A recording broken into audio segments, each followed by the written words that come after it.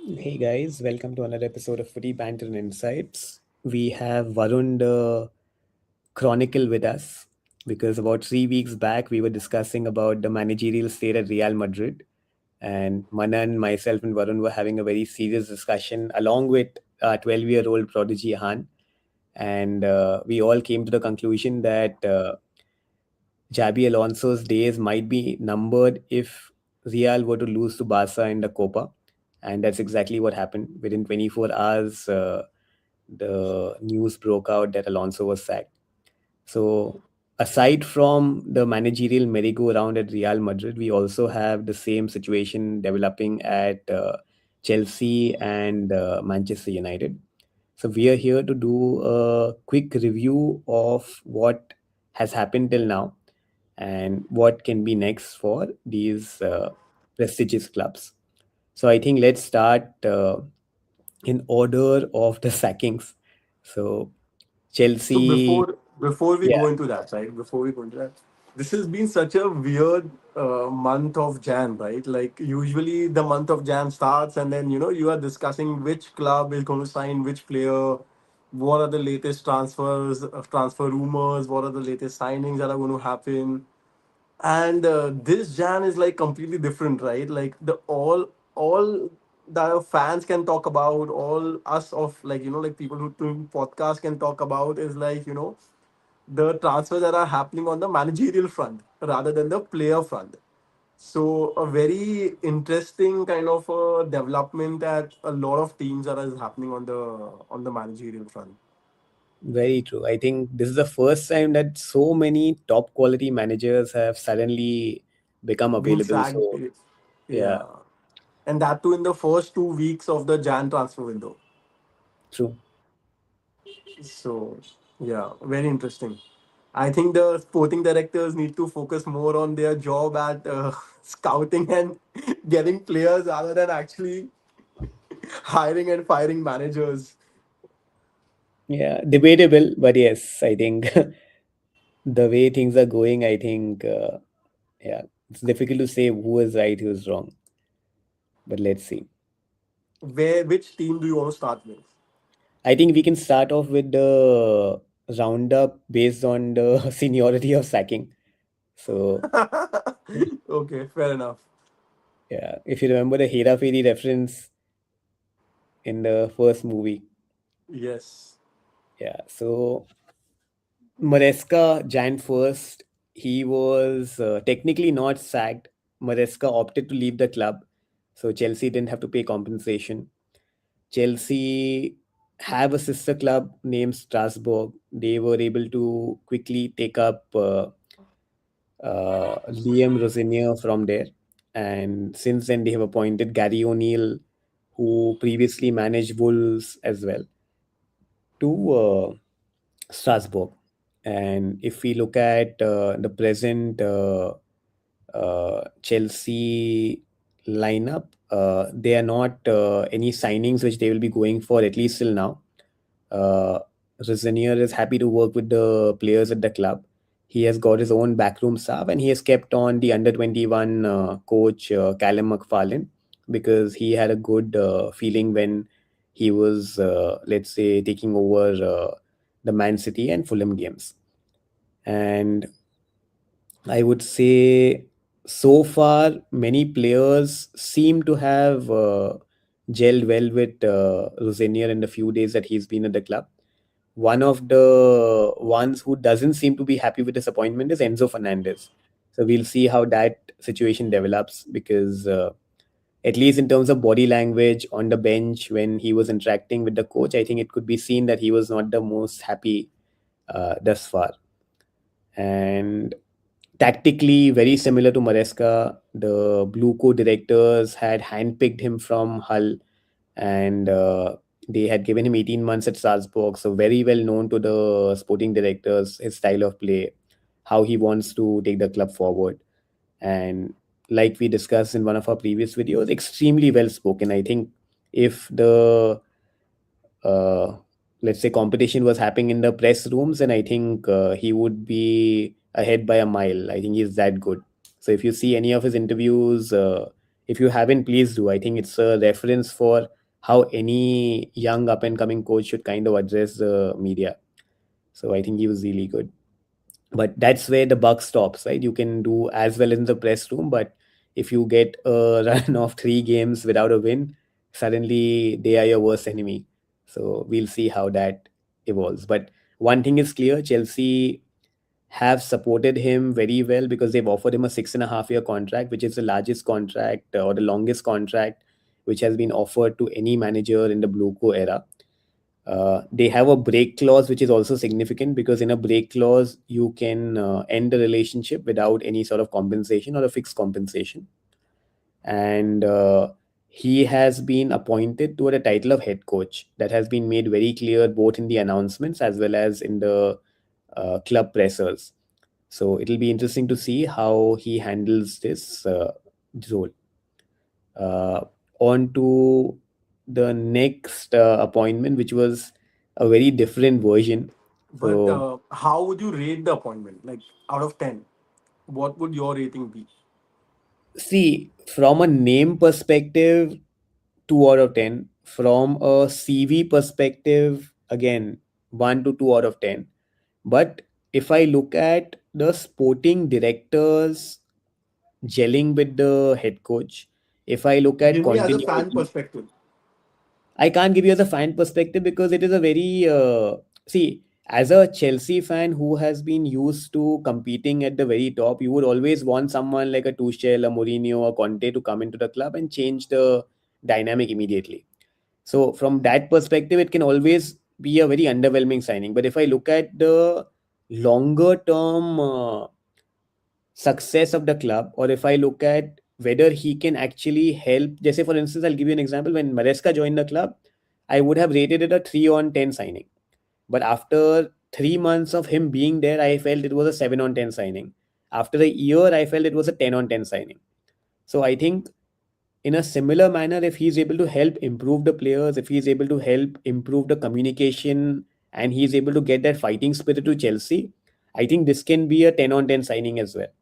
So it's completely on the manager now of how he sees his evolution into the team, how he, let's say, helps give the players a platform to perform and be at their best, and how he's able to do the right things without making excuses. So I honestly feel he is not the worst candidate for the job. From a structure perspective, I think this is a 9 on 10 signing without a doubt.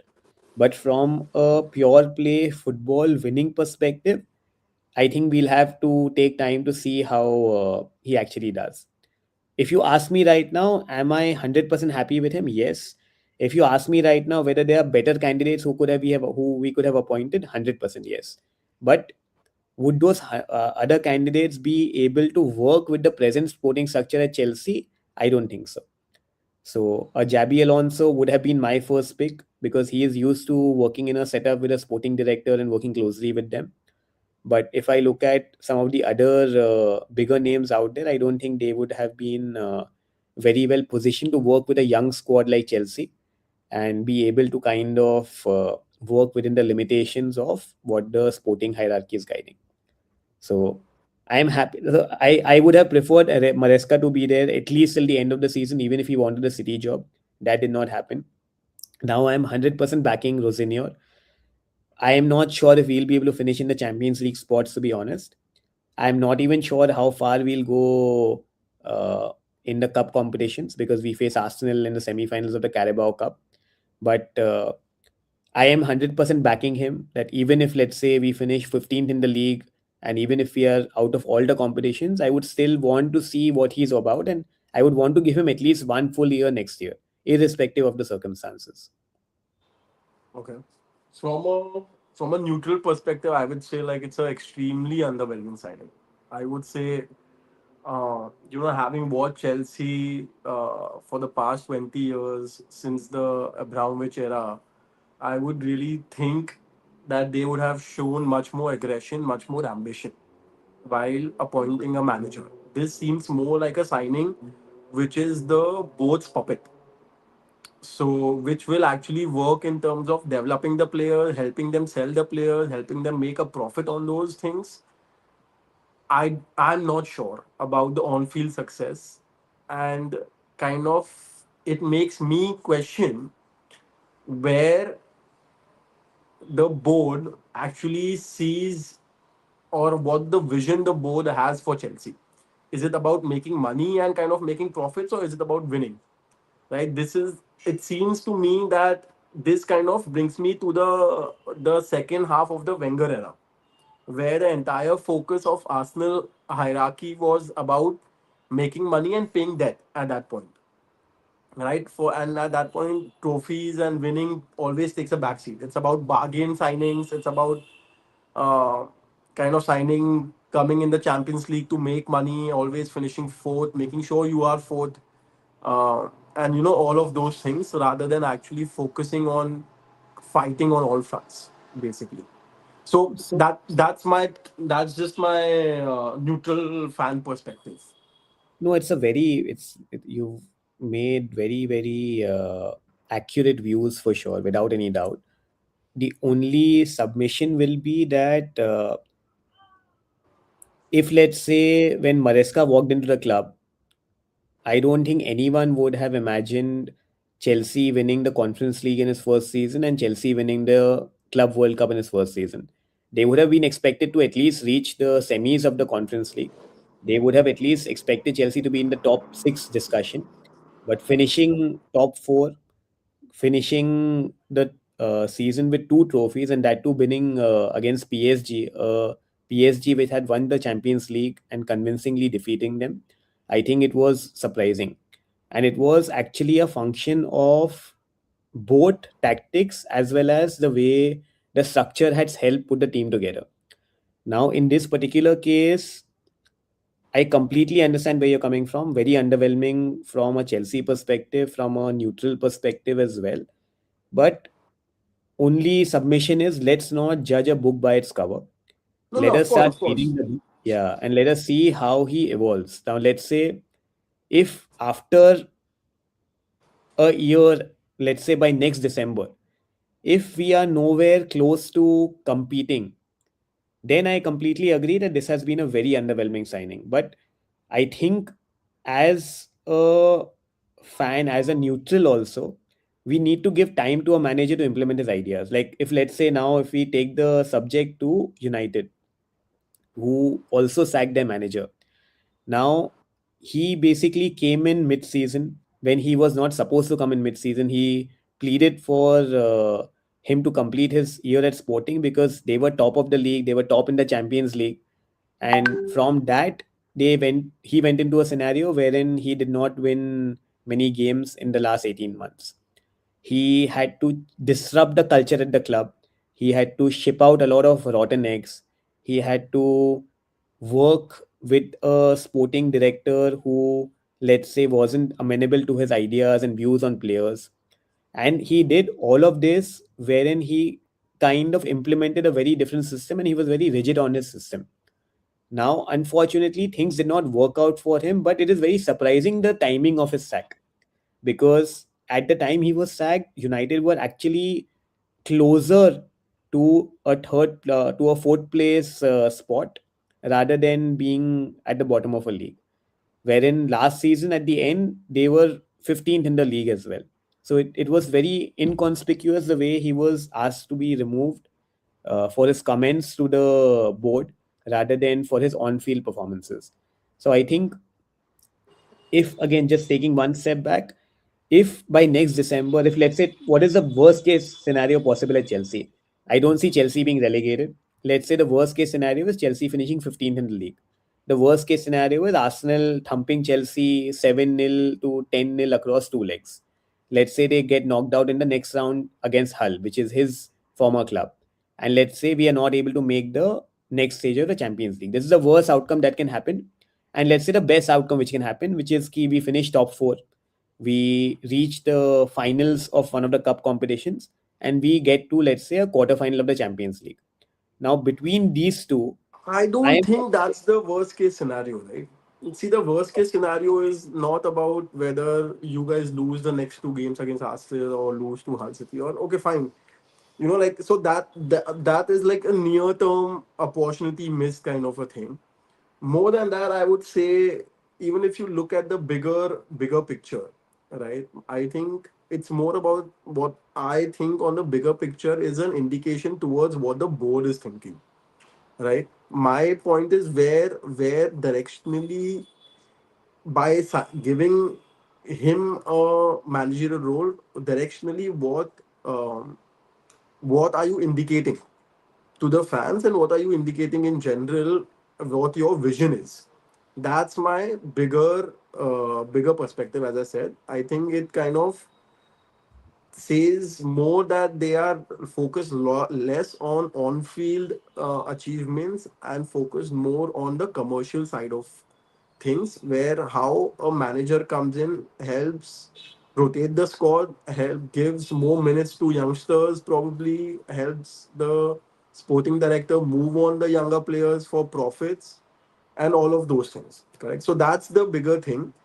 Meanwhile, your players who are at the peak, someone like Caicedo or Enzo or Reece James, they would have already played out another year of their career and probably kind of moved to the other side of the career graph, kind of a thing, right? So someone like Reece James, probably it's kind of whether he'll be as good after 1 year or as good as he is right now, you never know, correct? And then you have to figure out a replacement for him. So How there are a old do lot you of, think Reece James is? what do you mean? How old do you think Reece James is? See, it's not about that. With the kind of injuries that he has had, Hmm. his career graph in terms of peak and decline is going to be very different from other people's career graph, correct? So in terms of like, Ibra might have a completely different career graph where he is very good till the age of 38, or Ronaldo is very good at the age of 36, 37. Not all the players have that kind of a peak and decline kind of a graph, right? So my point just being, it's first of all the time lost, and the second thing as well, as I said, is the indication that you're giving as a board as to what your priorities are. So those are my two quibs about this thing. Again, as you said, right? Like he might end up doing really well. It's an unknown face. He hasn't managed in Premier League before. His record at the other club is pretty decent. So it's good to give him time. It's just that there were other opportunities, or there were other managers who were at the face of it very significantly better than him, which as a club like Chelsea, I would thought would have gone for them. I So think yeah. the only manager who I would have replaced Maresca with would be Alonso. I honestly feel Alonso is next generation's top three managers. Like he will be the Guardiola level manager. And any club who actually hangs on to him for a significant amount of time, they're going to reap great benefits.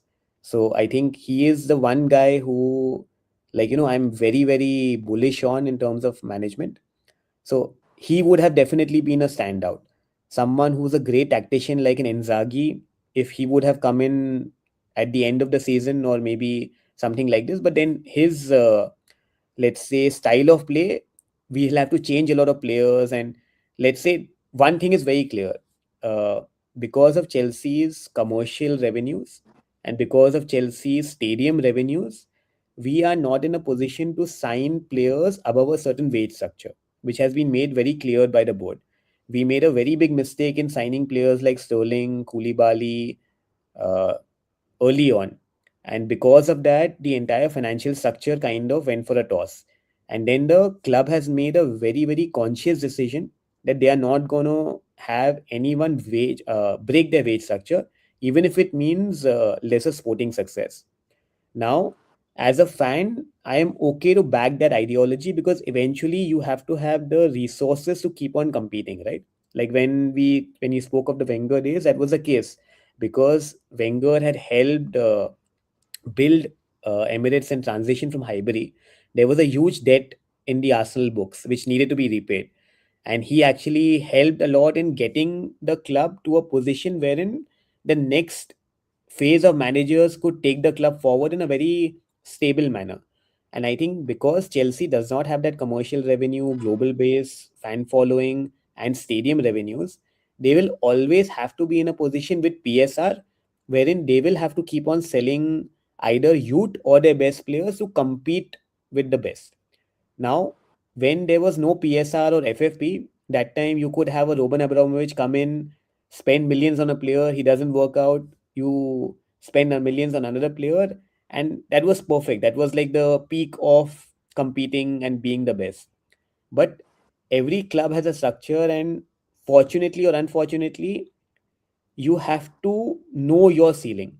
Like, I would not want to be in a position wherein we sign some really top players and we pay them very high wages, and because of those high wages, we have to change the structure of wages at our present club. So, for instance, let's say if a Caicedo is at 180K, and if we bring in a player at 300K, and a Caicedo demands 300K, it completely changes the wage structure of the club, which the club is not in a position to afford consistently at all. We don't have the resources of a United commercial revenue.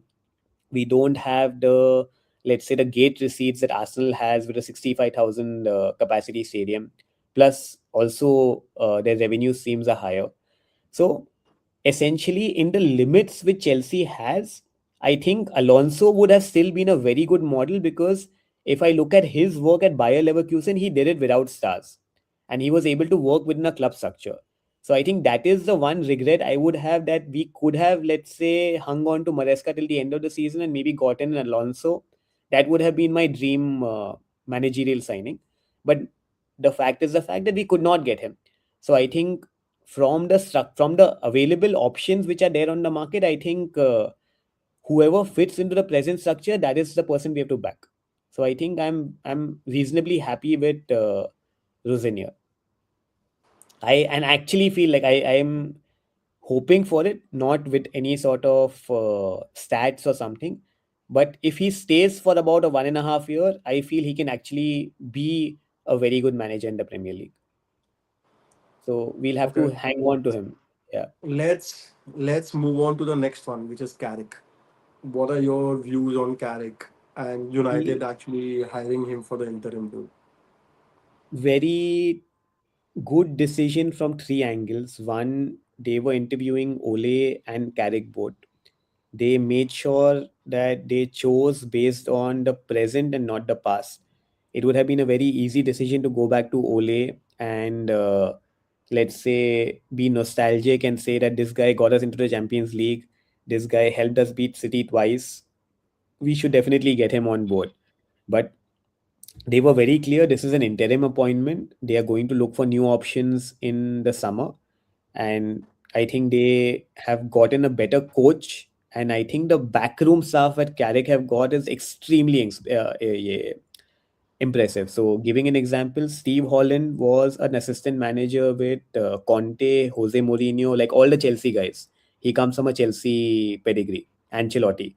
And Jonathan Woodgate was one of the premier defenders during the late 90s Premier League era.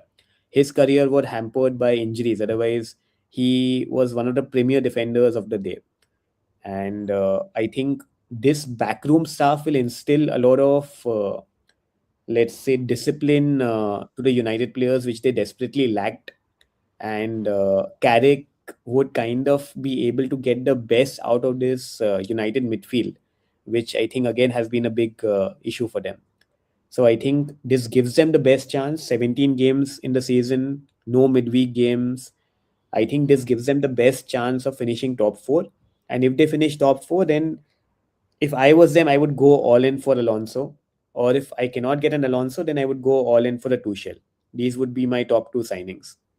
Honestly, I don't see Alonso signing for United, but I think someone like Enrique, someone like Tuchel, are not bad options. According to me, Enrique would be a crazy option for any of the Premier League clubs, according to me. Um, Enrique, why will he shift? That is my question. Like, that is the only just thing which a I change, just a change in challenge. That's it.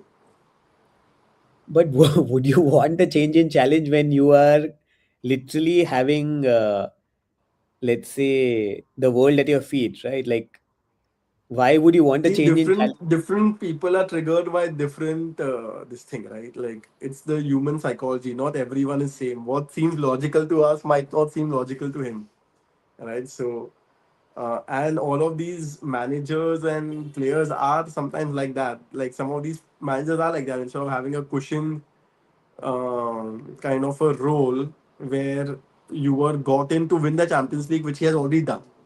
So he has kind of achieved the pinnacle of his goal that was supposed to be achieved at PSG, right? Uh, Now moving and kind of taking on a next challenge, which can be equally big with a team like United and getting them back to the glory era, kind of a thing. That could be another major feather in the cap.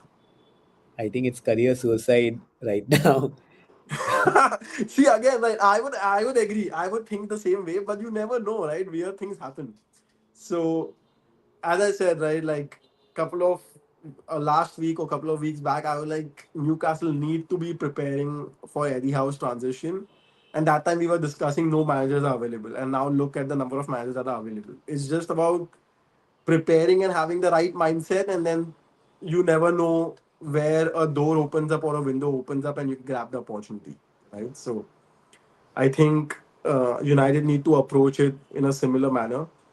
What what probability do you think, or would you assign to the fact that Carrick does well in the remaining 17 games and United end up doing Ole number 2 and That giving him would like an extended contract? that would be that possibly could be one of the worst things that happens to United, and it is a very good probability because, like I'm telling you, these players have come from a very rigid Amorim structure. They will get more freedom under Carrick. At the same time, they will get a lot of discipline in terms of very high level coaches. So I think the combination with enough rest kind of gives them the advantage. Like if they don't finish in the Champions League spots from here, I would seriously raise questions again on the United players rather than the coaching staff, because everything is there for them to take that next level. Like I would really honestly be surprised if United don't get at least 30 points from the remaining 17 games. And that is not a very high number, right? Like 30 games from here means about 9 wins and 3 draws. So that's where, according to me, the big difference lies between Chelsea and United, right? When I look at Chelsea and the Chelsea squad, I see really good players. Like I'm looking at players like Enzo, Caicedo, Cucurella, Reece James, really strong players, good players, Cole Palmer, Neto, and like all of these are like great players, right? Like much better than the kind of players that United has at its disposal right now. I mean, you look at their defense. I mean, I wouldn't rate Dalot and Dorgu and their Think they are defenders high. profile. I think, yeah. So I'll tell you a big problem with So, United, which has always been it's misprofiling. You look at Scott McTominay, who was played as a six. You look at Dorgu, like the entire 6 months that he was here, everyone in the United fan board had been so critical of him. He is not a left back. You play him as a right wing back or you play him as a right winger, and this guy can be massive. Similarly, you look at Licha. Licha is, I think, one of the most standout defenders in the Premier League right now. But you have to play him to his strengths, right? So that's correct. that's been the gap at United. It's not the players, it's the profiling. Yeah, players and like finding the correct position for them. For example, Bruno playing in the two-man midfield was a disaster, according to me. Correct. I agree. Uh, but just in general, I feel the quality of squad at Chelsea is much better than the quality of squad at United. And that's where my problem is that, in spite of the fact that they have so much of rest days available, which they already had in the first half of the season, because they were not playing Champions League or any of the European games, they were out of Carabao Cup in the first round as well. So they had enough rest. Amorim was a good manager with good coaches. Um, still they were not performing to their best, because I feel that the quality of the squad is not as good as some of the other squads that are there out there. So, in fact, I feel that someone like Villa has a reasonably decent squad to kind of compare themselves to United. Of course, Emery is doing a much better job at kind of squeezing out the this. I feel Newcastle has a very good team as well with the kind of player profiles that they have. So Um, giving a very small example, Lindelof, who was again like criticized to no end at United, he is a standout defender under Emery. Correct. So that is the difference between the coaching and the No, systems, no, of right? course there is a difference between the coaching. Of course, there's a difference between player profiling. But I'm just saying in general, the United squad doesn't come across as a very strong squad right now. There are a lot of like misfits, a lot of players who are kind of not fitting in the correct position, as you are saying as well, right? Like so. Um, so let's see. Now again, you are moving back to four at the back. You never What? know. You never know. Ideally, you should, but you never know with what will happen right now.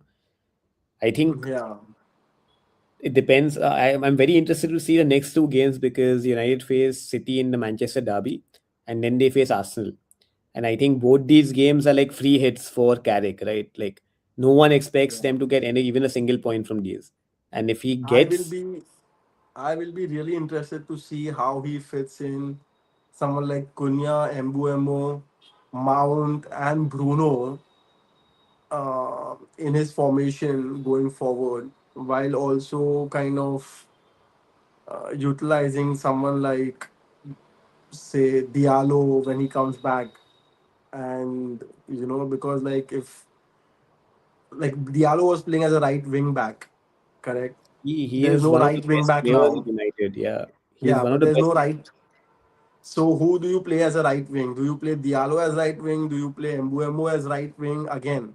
Right? This is a tricky situation, and that's where the whole issue comes when you are dealing with United and their score and everything. So yeah. Cool. So let's see. Interesting times at United as well. I it'll be What really What funny do you if think, by the Carrick. way? Where do you think United will finish under Carrick? And do you think if they do well, he'll get the United job for a larger period of time? I for some reason don't see them finishing fourth. Uh, I hope, like I think they will do Fourth, reasonably well. fourth तो I difficult है think because Liverpool are also there, but fifth हो सकता है, right? Fifth is still हाँ fifth Champions हो League. सकता है. Correct, हाँ, फिफ्थ हो सकता है. And I don't know whether we'll have to see if fifth kind of qualifies for Champions League or not at the end of the season. But yeah, fifth हो सकता है. Um, Currently, yeah, but I think fifth also will be a little difficult because I think Chelsea will come back into form as well. They have been off. Newcastle is always there, hanging around. Some of the other teams kind of can come back in form, so it's not an easy, straightforward kind of a run in. Carrick, of course, doesn't have too much experience as well of handling this role. The only thing, as you said, right, like a lot of days in the middle, one fixture a week, sometimes one fixture in 2 weeks, enough time. He can easily rotate players. Players can have enough rest and etc. etc. It kind of course, more freedom to the players. Back to the back four formation, probably. A lot of positives to go around for the rest of the season, but I think I don't know. Difficult to call at this point. Like, let's see how it goes, and then it'll be really funny if he does well and they end up giving him the extended contract. I mean, I also think that might be a mistake because eventually the tactical nuance and experience always catches up. It did with Ole. It might kind of catch up with Carrick as well. So, yeah.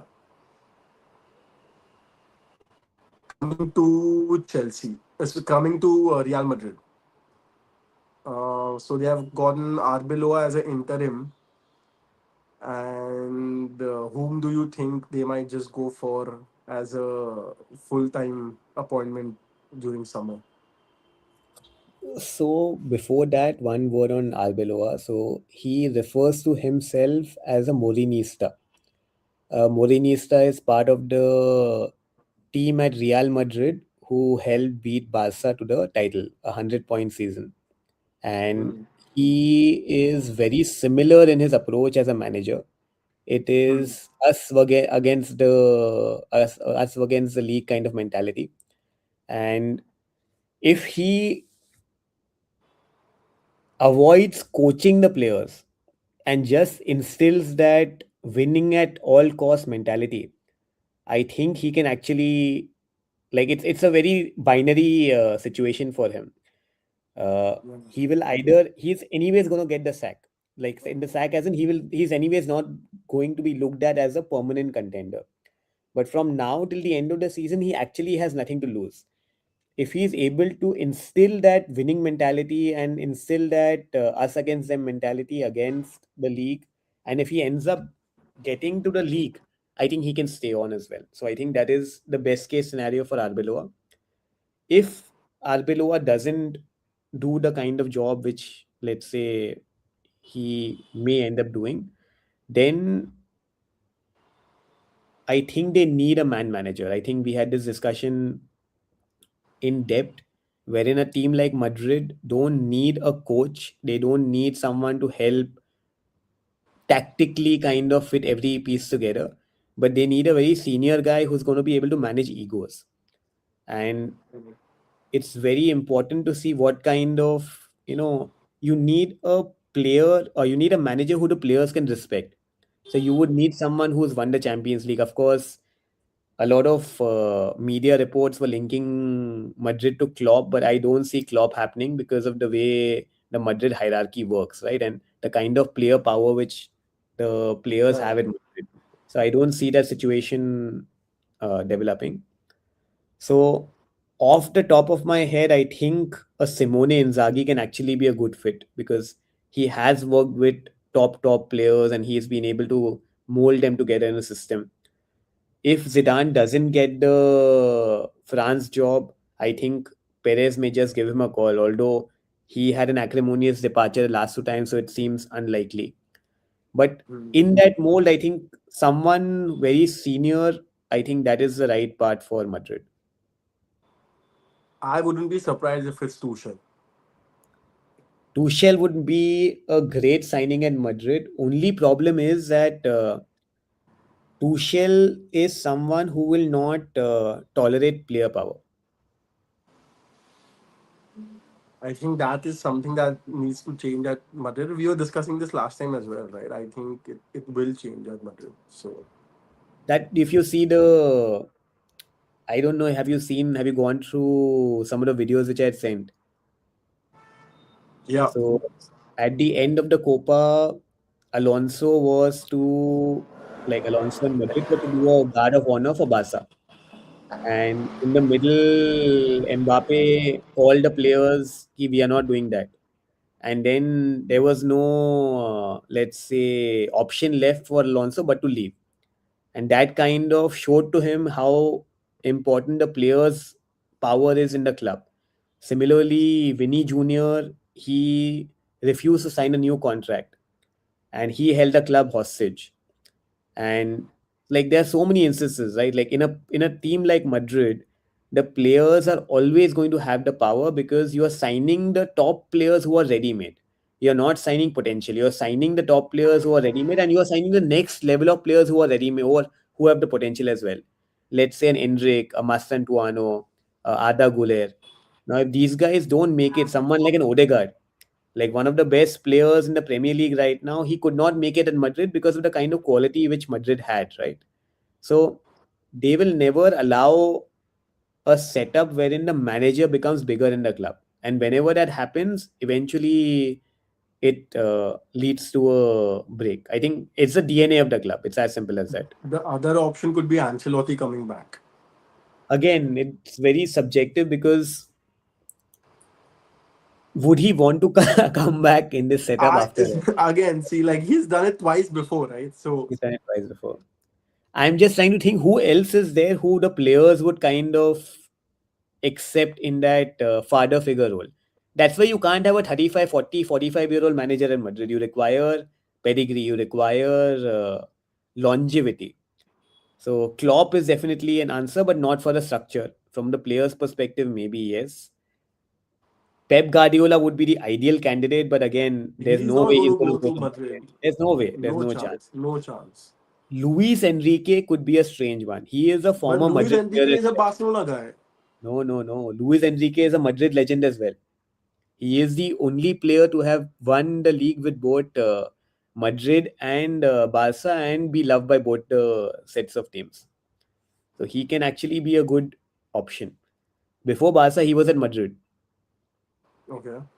and his departure wasn't that acrimonious compared to Figo because he wasn't the star at that juncture. Correct. Another left field thought could be someone like Raul or someone like Figo, someone who Hmm. is like again a club legend, right?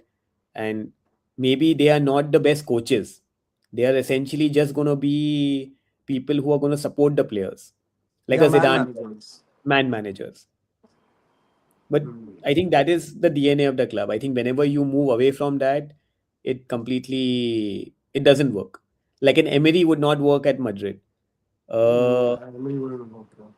yeah, Wenger would be an interesting one. I think that would be very interesting to see if Wenger comes out of his present role and he because he was offered the Madrid job multiple times and I he doubt. yeah I doubt. I think it's too. He's too old now. Yeah, I feel it. So maybe a Klopp can Didier be Deschamps, interesting, but Klopp, I don't know. after the France job. Could be. Yes, He won the that World could Cup. be an He won the Champions interesting. League. Yeah. Yeah, that could be an interesting choice as well. Okay, last 2 minutes. Man City. Pep leaves in the summer. Whom do they sign? The top two choices for you: Alonso and Maresca. Alonso and Maresca. Interesting. For me, I think Amorim and Maresca will be the thing. This is But Abu, my I'm telling you, this is my theory. huh, This is my theory where I think Man City were already interested in Amorim. United signed Amorim. Then there were news that Man City might be interested in Maresca. Maresca quits Chelsea. Amorim sees that this might be his only chance to kind of redeem himself and get back in the City car reckoning. With Maresca quitting, he laid down the gauntlet and kind of came out aggressive against the United board, forcing him to be sacked and kind of coming back in the reckoning for the Man City job. So I feel that a left field kind of a hypothesis, but this can be in the making. And they were looking at Amorim before. They might still go back to him and kind of approach him. I don't think it's beyond the realm of possibility at all. I think definitely with the relationship with Hugo Viana, it is definitely possible. But like I said, I think if Alonso goes to Man City, I can see Man City dominating for the next decade as well. If Amorim goes to Man City, I think they will have to change their style of play, which may take a longer time. So City have to be prepared. If Maresca goes to Man City, I think he will be one of the best cup coaches that City have had. I think he will win more Champions League than Guardiola, but he may not win the Premier League so regularly. Because I think tactically, honestly, I think Maresca is even ahead of his contemporaries. He is excellent at breaking down, let's say, a tactical board of the opposition and playing his like. I have seen the PSG game, the Barca game. He has completely outwitted brilliant managers like Hansi Flick and Luis Enrique, and that too with a Chelsea squad which is like an average of 23, 24. So Hmm. him at City would be like a Champions League cheat code. In fact, I would not be surprised if yeah, it won't work in Madrid, but I think if Madrid really want to do really well in the Champions League, then Maresca is a Champions League coach according to me. Do you think that Haaland would be better utilized in a wing back kind of system versus in the current system, where wing backs kind of get him more in the play in terms of crosses, in terms of the style of play, etc., etc. Where that's why they might want to move to someone like Amorim or Alonso who play with back five at the back. Possible. I think it's again like you can visualize it, right? So Yeah, you have wingbacks bombing forward, floating crosses into the box. You have a target man like Haaland, and you've got Mamouche behind them. So it sets up the gameplay really well. I yeah, think the only issue is one, when will Guardiola leave, and what will be his recommendation as well? Because I think, correct, like Sir Alex, I think Guardiola will have a big say in who gets the City job. And if it is up to correct. Guardiola, I think it'll be between Maresca and Alonso, who've been Alonso, his disciples, right? Rather than correct, Amorim, who has not been associated with him in any way. correct. Cool. Any final thoughts? Very surprised, but not that surprised to see the Madrid sacking. Uh, really interested to see how Arbeloa does because he's got a great opportunity with a free hit.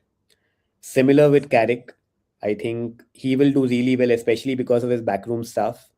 And next two games are crucial. I'll be seeing both of them for sure. And the best would be how Rosinio can kind of, uh, let's say, prove his naysayers wrong and do better than expected. So let's see if it actually turns out that way or no. Will he be in charge for the Carabao Cup match? Yeah, he's Uh, taken control since the FA Cup game. He is in okay, charge. great. Okay, so we Yeah. will see him against Arsenal. Yes. A sixth Yes. year Arteta versus a first year rookie. Yeah, but I think football is a great leveler in these ways. Yeah, you have so many of the similar stories that कुछ भी हो सकता है kind of a thing. Also, So Caicedo is suspended. see again, I mean, again, as I said, right, like anything can happen. Anything can happen. And again, I don't think even if he wins or he doesn't win or whatever, one game is too early to judge anyone, right? True. So even if he loses 6-0 or even if he wins 5-0, I don't think you can put the jury out again on the first game. So True. yeah, great, great. Okay, thanks for watching, everyone. Hope you liked it. Hit the like button, subscribe, share. Do let us know what you think about the managerial uh, Very merry-go-round that is good. happening at majority of the clubs right now. And we'll see you next time.